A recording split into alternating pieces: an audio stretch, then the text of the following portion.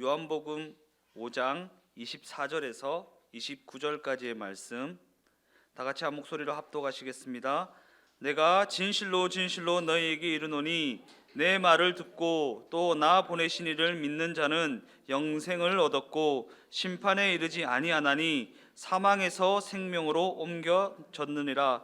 진실로 진실로 너희에게 이르노니 죽은 자들이 하나님의 아들의 음성을 들을 때가 오나니 곧 이때라. 듣는 자는 살아나리라.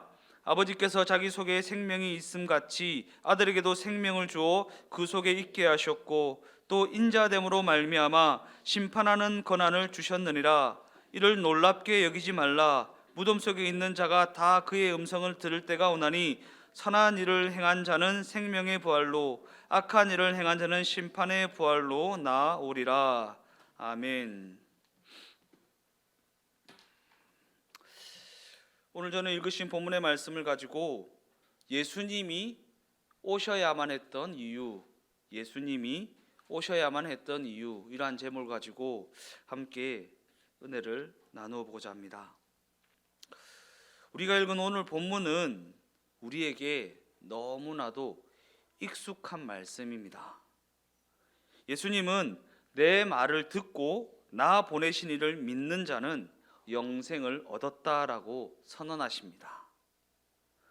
구원에 대해 말씀하시면서 그냥 나 믿고 구원받아 이렇게 아니라 예수님과 예수님을 보내시니 곧 하나님 아버지를 함께 언급하고 계시다라는 사실입니다.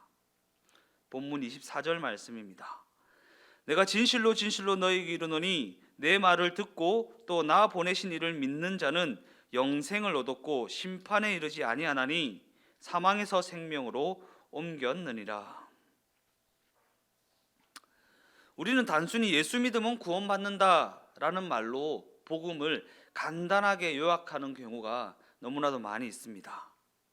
그러나 본문을 보면 예수님께서는 구원을 설명하시면서 자신만을 언급하는 것이 아니라 하나님 아버지를 함께 언급하시며 아버지와의 관계를 강조하고 계시다라는 것입니다. 그냥 나 믿고 구원받아 라는 것이 아니라 하나님 아버지를 함께 언급하시면서 하나님 아버지와의 관계를 강조하고 계신다. 요한복음 5장 19절 하반절에는 이렇게 기록하고 있습니다. 아버지께서 행하시는 그것을 아들도 그와 같이 행하느니라 라고 말씀합니다. 그냥 내가 이렇게 능력을 나타냈어, 내가 이러한 실력을 가졌어, 내가 이렇게 전지전능해 라는 것이 아니라 아버지를 나타냅니다. 아버지께서 행하는 것을 아들도 그와 같이 행한다 라는 식으로 말입니다. 우리가 이 점을 염두에 두면 24절에 나를 믿으면 구원을 얻는다라는 말씀을 그저 그냥 예수 믿으면 구원 얻는다라는 말로 단순하게 읽어낼 수는 없을 것입니다. 왜냐하면 본문에서 예수님은 예수 믿으면 구원 얻는다라는 식의 1차원적 발언을 하신 것이 아니기 때문입니다. 아주 깊은 의미요. 우리가 계속해서 요한복음을 살펴보고 있지만 이 요한복음의 말씀 우리가 읽어보면 알겠지만 읽으면 읽을수록 뭔가 단서가 있고 뭔가 복선이 있고 뭔가 이 말을 하기 위해 이것을 쫙 설명하는 그러한 어떠한 깊은 의미를 내포하고 있다는 것을 우리가 알 수 있습니다. 그러한 관점에서 오늘 본문은 베데스다 연못의 치유 사건 이후에 이어지는 말씀이라는 것을 우리가 놓쳐서는 안 됩니다. 지난 시간에 우리가 살펴보았던 것처럼 예수님께서는 안식일에 베데스다 연못가에서 38년 된 병자를 고치셨고 그 치유의 사건으로 말미암아 유대인들과의 충돌이 시작되게 됩니다. 그리고 안식일에 병자를 고침으로 말미암아 안식일을 범하느냐라는 유대인들의 그 비난에 예수님께서는 다음과 같이 답하십니다. 요한복음 5장 17절 말씀입니다. 예수께서 그들에게 이르시되 내 아버지께서 이제까지 일하시니 나도 일한다 하시매. 예수님의 이 답변으로 인해 유대인들과의 충돌은 더욱더 커져만 갑니다. 왜냐하면 유대인들에게 있어서 부자지간은 동격이라는 의미를 갖는 것이기 때문입니다. 예수님이 하나님과 동격이라고 그렇게 말씀하고 계시다라는 것입니다. 즉 예수님께서 자신을 하나님 아버지와 동격이라고 말씀하시니까 유대인들은 이를 신성모독이라고 느꼈던 것입니다. 결국에는 예수님이 신성모독이라는 죄에 내몰리게 되었다라는 것입니다. 그런데 이러한 암울한 상황에서 예수님께서는 다음과 같은 답변을 하십니다. 요한복음 5장 19절 말씀입니다. 그러므로 예수께서 그들에게 이르시되 내가 진실로 진실로 너희에게 이르노니 아들이 아버지께서 하시는 일을 보지 않고는 아무것도 스스로 할 수 없나니 아버지께서 행하시는 그것을 아들도 그와 같이 행하느니라. 여기서 우리는 이 구절이 그러므로라는 단어로 시작되고 있다는 사실에 눈여겨보아야 합니다. 이는 이 구절이 앞서 언급된 사건과 연결선상에서 보아야 하는 말씀이라는 것입니다. 예수님의 답은 이러한 답입니다. 내가 아버지와 동격이 되는 것은 나는 아버지의 말씀을 전하기 때문이다. 이는 나를 믿는 자, 곧 내 말을 믿는 자는 아버지를 믿는 것이고 아버지를 믿는 자는 곧 내 말을 믿는 것이며 이는 내가 하나님과 동격이 된다라는 것을 증거하는 단서이다 라고 말씀하고 계시는 것입니다. 내 말을 믿는 자는 아버지를 믿는 것이다. 왜? 나는 아버지의 말을 전하기 때문이다. 그러기에 내 말을 믿는 자는 아버지를 믿는 것이고 아버지를 믿는 자는 나를 믿는 것이다. 그리고 이것이 바로 내가 하나님과 동격이 되는 이유이다 라고 밝히고 계시다라는 것입니다. 이 말을 요약하면 다음과 같습니다. 아들을 믿는 자는 그를 보내신 하나님 아버지를 믿는 것이고 그를 보내신 하나님 아버지를 믿는다는 것은 그분이 보내신 아들의 말을 믿는 것이다. 그러므로 구원은 하나님 아버지의 말씀을 전하는 아들의 말씀을 믿는 것에서 비롯된다. 참 논리가 탄탄하죠? 탄탄한데 이러한 논리는 우리로 하여금 이러한 의문을 가지게 만듭니다. 과연 그러하다면 하나님은 무엇 때문에 아들을 보내신 것인가? 두 분이 동격이라면 그냥 하나님께서 일하셔도 되는 것 아닌가? 굳이 예수님이 오실 필요가 있었는가? 라는 의문을 가지게 된다라는 것입니다. 본문 5장 25절 말씀입니다. 진실로 진실로 너희에게 이르노니 죽은 자들이 하나님의 아들의 음성을 들을 때가 오나니 곧 이때라. 듣는 자는 살아나리라.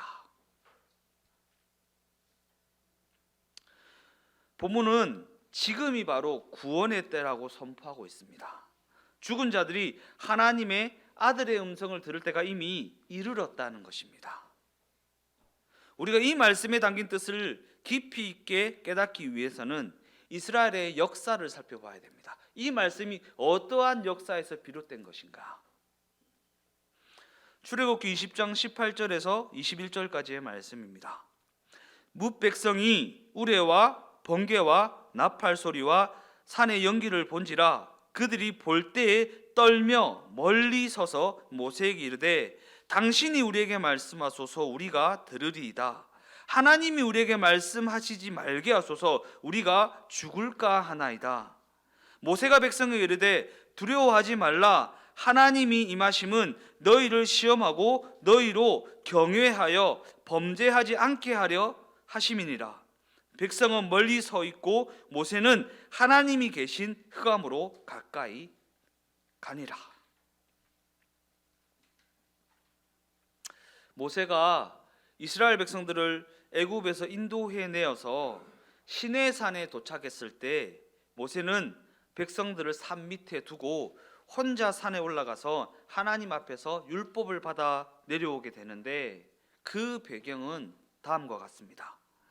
백성들이 시내산 앞에 도달하였을 때 하나님이 그곳에 위엄과 권능으로 임하십니다. 더 나아가 백성들은 하나님의 위엄과 하나님의 권능 앞에 벌벌 떨며 죽음의 공포를 느끼게 됩니다. 그래서 그들은 모세에게 이렇게 간청합니다. 하나님의 말씀을 당신이 대신 듣고 와서 우리에게 전해 주십시오. 우리가 하나님을 배우면 죽을 것 같습니다 라고 청을 하였다라는 것입니다. 오늘 우리가 눈여겨보아야 할 장면이 바로 이 장면입니다. 왜냐하면 이 장면은 하나님이 우리에게 직접적으로 임하시게 되면 어떠한 일이 벌어지는지를 보여주고 있는 장면이기 때문이고, 이는 죄인된 우리가 하나님 앞에 대면하여 설 수 없다는 것을 보여주고 있기 때문입니다. 하나님이 우리를 구원하시는 그 일에 있어서 가장 큰 난관이 무엇입니까? 하나님이 우리를 직접 만나러 오시면 우리가 죽게 된다라는 것에 있습니다. 더 나아 이 당시는 하나님이 이스라엘 백성들에게 율법을 주시던 때입니다. 곧 이스라엘을 향한 하나님의 높은 기준이 율법을 통해 제시되던 때였기 때문에 인간의 모자람이, 인간의 연약함이, 인간의 추악함이 더욱 두드러져 보였던 그러한 때였습니다. 이 때문에 그들은 하나님을 직접 대면하는 것이, 내가 이 모양 이 꼴인데 하나님을 직접 대면하면 난 죽을 수도 있어 라는 두려움을 가졌고, 이 때문에 그들은 모세에게 그와 같은 간청을 하게 되었다라는 것입니다. 우리가 살펴본 이 사건의 의미는 시간이 지난 후에 더욱 깊은 의미를 가지고 설명되어지는데, 신명기에서 죽음을 앞둔 모세가 이 사건을 회상하면서 그 백성들에게 다음과 같이 증언합니다. 신명기 5장 22절에서 29절까지의 말씀입니다. 여호와께서 이 모든 말씀을 산 위 불 가운데, 구름 가운데, 흑암 가운데서 큰 음성으로 너희 총회에 이르신 후에 더 말씀하지 아니하시고 그것을 두 돌판에 써서 내게 주셨느니라. 산이 불에 타며 캄캄한 가운데서 나오는 그 소리를 너희가 듣고 너희 지파의 수령과 장로들이 내게 나와 말하되, 우리 하나님 여호와께서 그의 영광과 위엄을 우리에게 보이심에 불 가운데서 나오는 음성을 우리가 들었고, 하나님이 사람과 말씀하시되 그 사람이 생존하는 것을 우리가 보았나이다. 이제 우리가 죽을 까닭이 무엇이니까 이 큰 불이 우리를 삼킬 것이요 만일 우리가 우리 하나님 여호와의 음성을 다시 들으면 죽을 것이라. 육신을 가진 자로서 우리처럼 살아계시는 하나님의 음성이 불 가운데서 바람을 듣고 생존한 자가 누구니까? 당신은 가까이 나아가서 우리 하나님 여호와께서 하시는 말씀을 다 듣고 우리 하나님 여호와께서 당신에게 이르시는 것을 다 우리에게 전하소서. 우리가 듣고 행하겠나이다 하였느니라.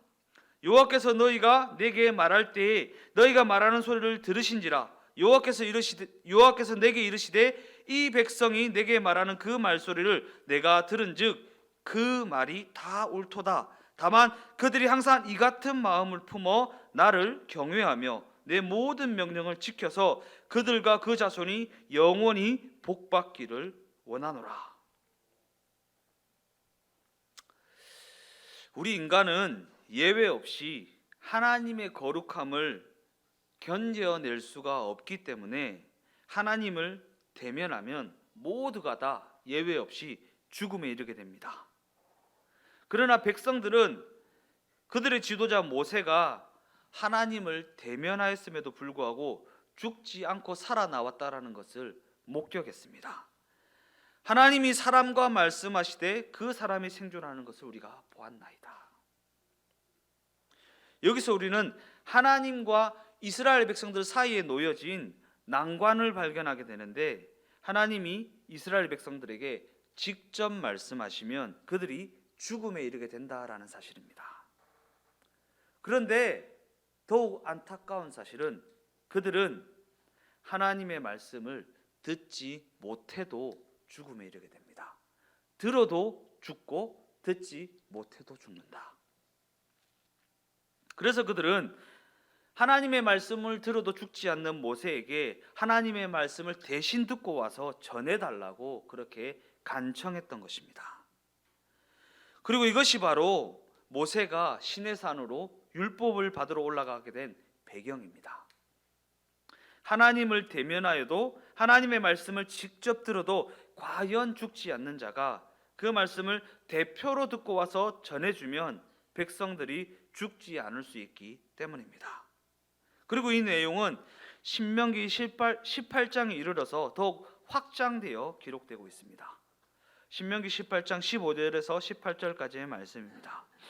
내 하나님 여호와께서 너희 가운데 내 형제 중에서 너를 위하여 나와 같은 선지자 하나를 일으키시리니 너희는 그의 말을 들을지니라. 이것이 곧 내가 총회의 날에 호렙산에서 내 하나님 여호와께 구한 것이라. 곧 네가 말하기를 내가 다시는 내 하나님 여호와의 음성을 듣지 않게 하시고 다시는 이 큰 불을 보지 않게 하소서. 두렵건대 내가 죽을까 하나이다 하매 여호와께서 내게 이르시되 그들의 말이 옳도다. 내가 그들의 형제 중에서 너와 같은 선지자 하나를 그들을 위하여 일으키고 내 말을 그의 입에 두리니 내가 그에게 명령하는 것을 그가 무리에게 다 말하리라.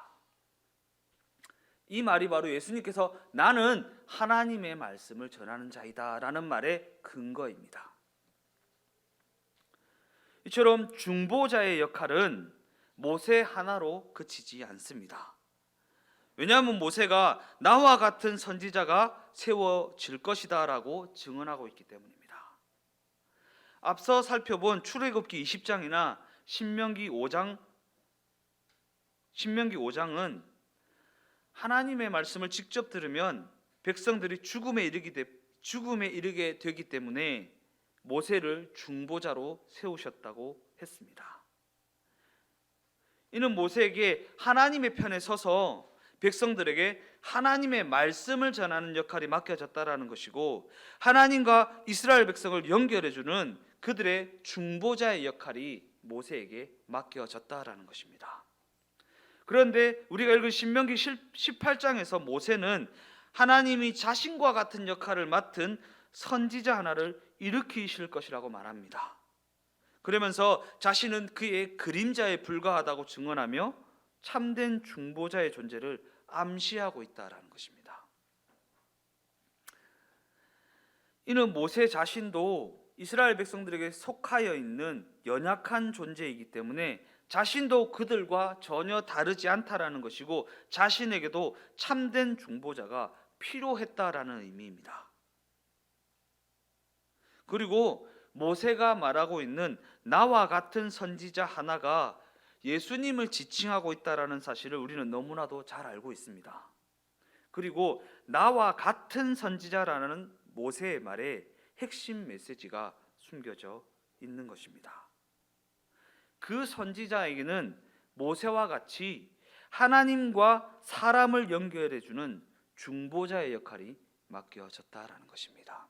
우리가 왜 사망을 향해 나아가게 됐습니까? 생명의 근원이 되시는 하나님과의 관계가 끊어졌기 때문입니다. 그리고 그 관계를 이어주는 역할이 예수님에게 맡겨졌다라는 것이고 예수님의 말씀을 믿으면 하나님을 믿는 것이 되어 하나님과의 관계가 회복되게 된다라는 것입니다. 하나님은 거룩하신 분이십니다. 그래서 하나님이 죄악된 우리와 대면하게 되면 그 죄에 대한 보응이 따라오게 되어 있기 때문에 죄성을 가진 우리가 하나님을 대면하면 죽음에 이르게 되는 것입니다. 그러기에 이는 하나님이 우리에게 접근하기 위해서는 중보자의 역할이 있어야만 한다라는 의미입니다. 하나님은 우리를 구원하시기 위해 우리를 구원하러 오시기 위해 직접 대면하는 방식이 아닌 또 다른 방식을 채택해야만 했습니다. 그리고 그 또 다른 방법으로 채택된 방법이 바로 예수님의 오심입니다. 예수님의 오심, 성육신입니다. 성육신.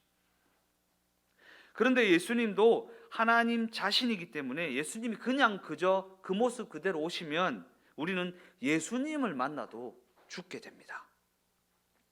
즉 예수님이 우리를 죽이지 않고 만나시려면 심판권을 드러내지 않고 오셔야 하는데 죄에 대한 심판권을 드러내지 않고 오셔야 되는데 그 방법이 바로 성육신 곧 하나님이신 예수님이 인간의 모습을 입고 오셔야 했다라는 것입니다. 이래서 예수님이 인간의 모습으로 오신 것입니다. 이런 정황을 그냥 알고 계셔야 됩니다. 그런데 사람들은 예수님을 향해 예수님을 만나도 죽지 않으니까, 예수님을 보아도 죽지 않으니까 예수님께 심판권이 없다고 조롱합니다. 이러한 배경을 염두에 두고 오늘 본문을 보면 왜 예수님께서 나와 하나님은 하나이고 나는 본대로만 행하고 그분이 말씀하신 것만 전하며 나는 너희를 구원하기 위해 왔다라는 말씀을 계속적으로 반복하셨는지를 알 수 있습니다. 이는 예수님이 우리의 중보자로 세워졌기 때문입니다. 하나님이 직접 오실 수도 있었지만 그러면 우리 모두가 다 죽게 되기 때문에 우리를 구원하시기 위해 예수님을 중보자로 세우셨다라는 것을 계속해서 거듭거듭 강조하고 계시는 것입니다. 더 나아가 오늘 본문 요한복음은 예수님이 유대인들로 하여금 중보자로 세움을 받은 모세를 떠올려서 이 사실을 설명하시기 위해 다음과 같이 말씀하셨다고 증언하고 있는 것입니다.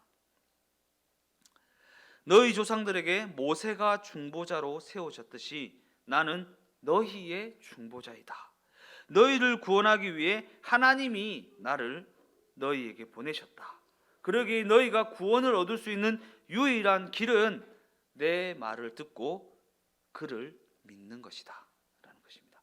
내 말을 듣고 그를 믿는 것이다. 우리는 단순하게 예수 믿고 구원받자, 예수 믿고 구원받자 이렇게 하죠. 그런데 요한복음 1을 좀 더 자세하고 정확하게 설명합니다.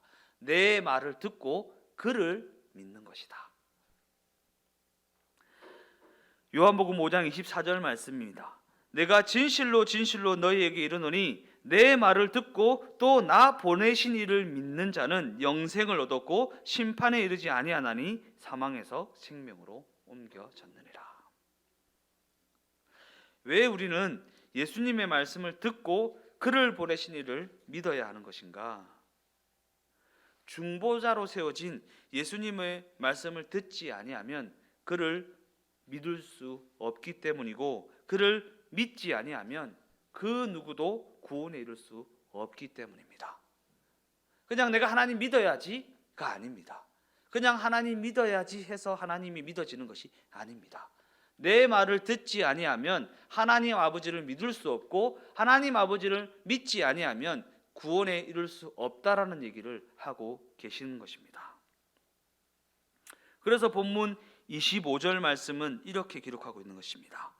진실로 진실로 너희에게 이르노니 죽은 자들이 하나님의 아들의 음성을 들을 때가 오나니 곧 이때라. 듣는 자는 살아나리라.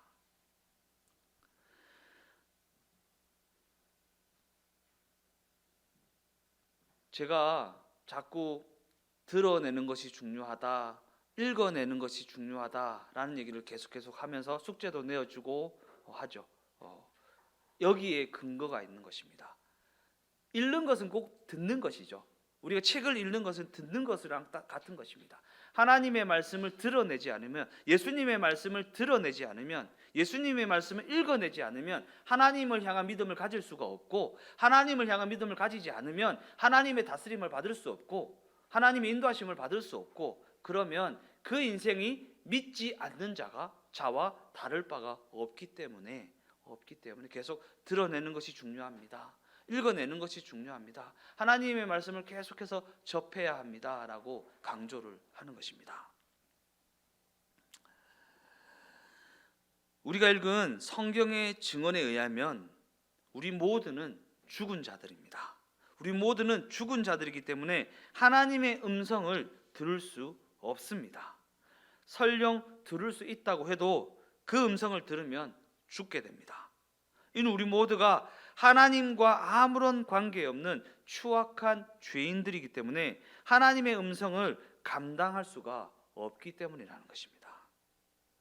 그러나 우리로 하여금 하나님의 음성을 감당할 수 있게 하시려고 예수님께서 인간의 모습을 입고 이 땅에 오셨습니다. 이는 우리를 심판하기 위해서가 아니라고 했습니다.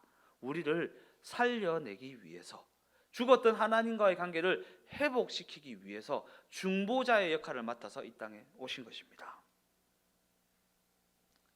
그런데 당시 사람들은 그 구원하심에는 아무런 관심을 기울이지 않고 하나님이신 예수님을 향해 권위와 위엄과 능력을 보여달라고만 요구했다라는 것입니다.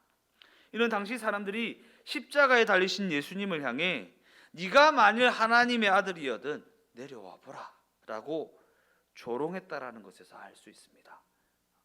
예수님이 구원하시기 위해서 십자가에 못 박히셨다라는 것에는 전혀 관심을 가지지 아니하였습니다.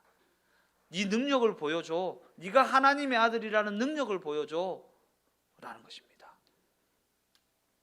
오늘 추수감사절이죠. 무엇을 감사해야 합니까? 무엇을 감사해야 됩니까? 우리는 내가 예수 믿어서 이런 수확을 거뒀어. 내가 예수 믿어서 이런 성공을 거뒀어. 하나님 이런 성공과 이런 수확을 주셔서 감사합니다. 내가 예물을 드립니다. 이렇게 하죠. 아니요. 더 근본적이고 더 근원적인 것에 우리가 감사할 수 있어야 됩니다. 무엇에 감사해야 됩니까?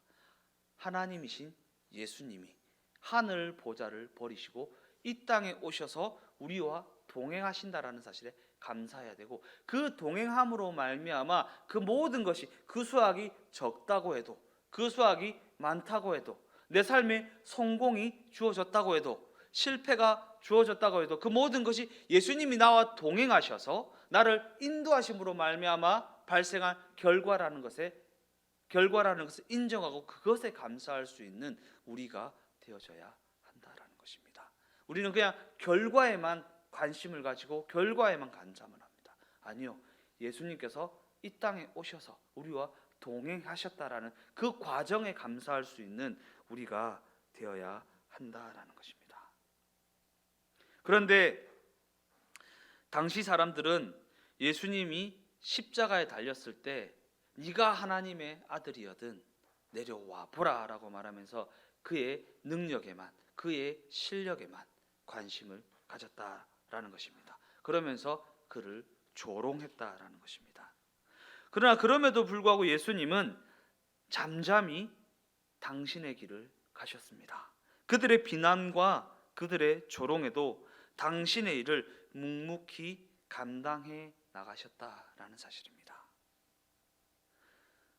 결론적으로 말씀을 마무리하면서 이 사실이 바로 오늘 본문의 무서운 결론입니다.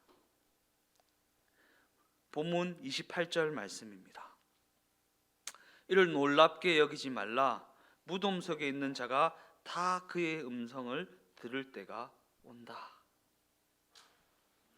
이 구절이 가리키는 그의 음성을 들을 때는 25절에 죽은 자들이 하나님의 아들의 음성을 들을 때와는 전혀 다른 것입니다. 전혀 다른 것. 왜냐하면 본문 28절에 그의 음성을 들을 때는 마지막 날 나팔 소리에 모두가 다 부활하는 그때를 가리키고 있는 것이기 때문입니다. 그래서 본문 29절은 선한 일을 행한 자는 생명의 부활로, 악한 일을 행한 자는 심판의 부활로 나오게 될 것이다 라고 그렇게 증언하고 있는 것입니다. 즉 그때에는 구원의 문에 들어서는 자와 영원한 심판으로 떨어지는 자로 나뉘어지게 될 것이라고 그렇게 증언하고 있는 것입니다. 그와 같은 구원의 문에 들어서는 것과 영원한 지옥으로 떨어지는 그 운명이 언제 결정되게 되는 것입니까? 바로 지금, 곧 구원의 때, 바로 지금 구원의 때입니다. 그런 관점에서 본문 27절이 인자됨으로 말미암아 심판하는 권한을 주셨다라고 증언하고 있는 것은 예수님의 말씀을 믿어 그를 보내신 자를 믿게 되는 길 말고는 다른 길이 없다라는 것입니다. 다른 길이 없다. 아무리 착하게 살아도, 아무리 선행을 많이 해도 소용이 없다라는 것입니다. 그리고 여기서 인자됨으로 말미암아라는 말씀은 예수님의 성육신이 구원의 유일한 길이 된다는 것이고 구원의 유일한 방법이 된다는 것이고 이는 곧 예수님이 참된 중보자가 되신다라는 의미입니다. 이는 하나님이 당신의 영광과 당신의 권위와 당신의 위엄을 당장 드러내지 아니하시고 우리에게 어떠한 긍휼과 어떠한 자비를 베풀어 주셨는지를 보여주는 대목입니다. 예수님이 인간의 몸을 입고 오신 것은 하나님의 어떠함 때문이 아니라 우리의 어떠함 때문입니다. 하나님을 직접 대면하면 죽기 때문에. 그러기에 때때로 우리가 하나님이 심판자의 모습으로 직접 오시기를 구하는 것은 우리가 어떠한 처지에 있는지를 알지 못하기 때문에. 우리가 이런 얘기하죠. 저 나쁜 놈들 당장 와서 처벌해 주십시오. 심판해 주십시오. 이러죠. 그런데 당장 오면 그만 죽는 것이 아니라 나도 죽는다라는 것을 알지 못한다라는 것입니다. 그만 죄인인 것이 아니라 나도 죄인인 것을 알지 못한다라는 것입니다. 우리가 저들을 향해 손가락질하지 말아야 할 이유가 여기 있는 것입니다. 하나님 저 나쁜들 당장 처참해 주세요. 그러면 그 처참함을 통해 나도 죽는다라는 것을 우리가 알아야 한다라는 것입니다. 이는 우리가 하나님이 우리에게 심판자의 모습을 보이시는 날에는 우리 모두에게 임하게 될 그 죽음을 피할 방법이 없다라는 사실을 기억해야 한다라는 것입니다. 다행스럽게도 성경은 지금이 구원의 때이고 지금이 은혜를 베푸시는 때라고 증언하고 있습니다. 물론 이 시간은 곧 지나갈 것이고 하나님이 심판자로 임하시는 날이 이르게 될 것입니다. 그때가 우리에게는 기다리던 기쁨의 날이 될 것이지만 어떤 이들에게는 상상하지도 못했던 심판의 날이 될 것입니다. 예. 도적같이 임한다 그러죠. 도적같이. 그래서 우리가 예수님과 동행해야 하는 이유가 여기에 있습니다. 예수님이 도적같이 임하시면 안 되기 때문입니다. 늘 예수님과 동행하며 그 예수님과 함께 있어야 하는 이유가 바로 여기에 있는 것입니다. 네. 우리가 여러 가지 사건을 경험하였죠. 최근에 겪었고 최근에 코로나도 그렇고 경제가 어려운 것도 그렇고 여러 가지 사건 사고가 많이 있었는데 그것을 통해서 우리가 무엇을 알 수 있습니까? 우리가 살아가는 이 시대가 예측이 불가하다. 예측이 불가능하다.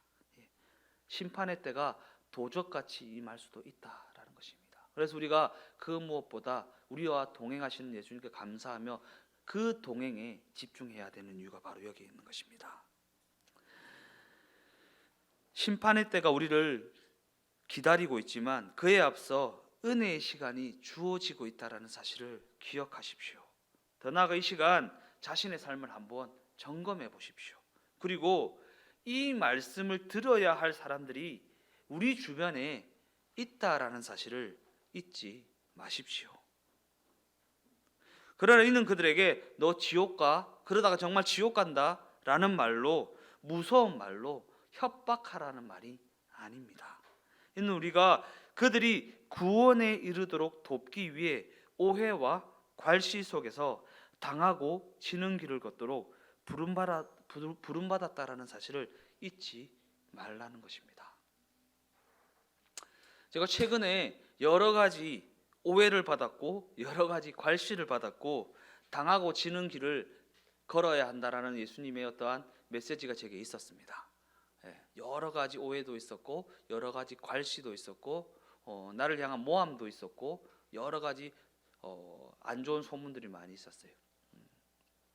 근데 억울했고 당장 찾아가서 대변하고 싶었고 그런 게 아니야 라고 말하고 싶었고 그랬는데 이 말씀을 준비하면서 예수님께서 너는 당하고 지는 길을 걷도록 부름을 받았다라는 것을 잊지 말라는 말씀을 하시더라고요.